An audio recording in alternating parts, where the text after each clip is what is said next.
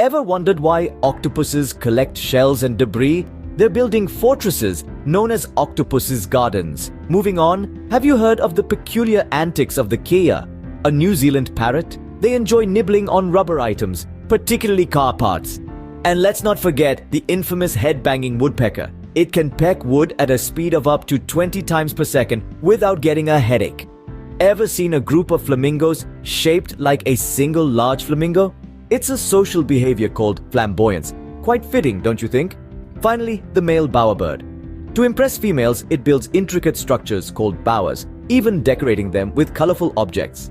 Strange yet fascinating. Nature's full of surprises. Stay curious, keep exploring.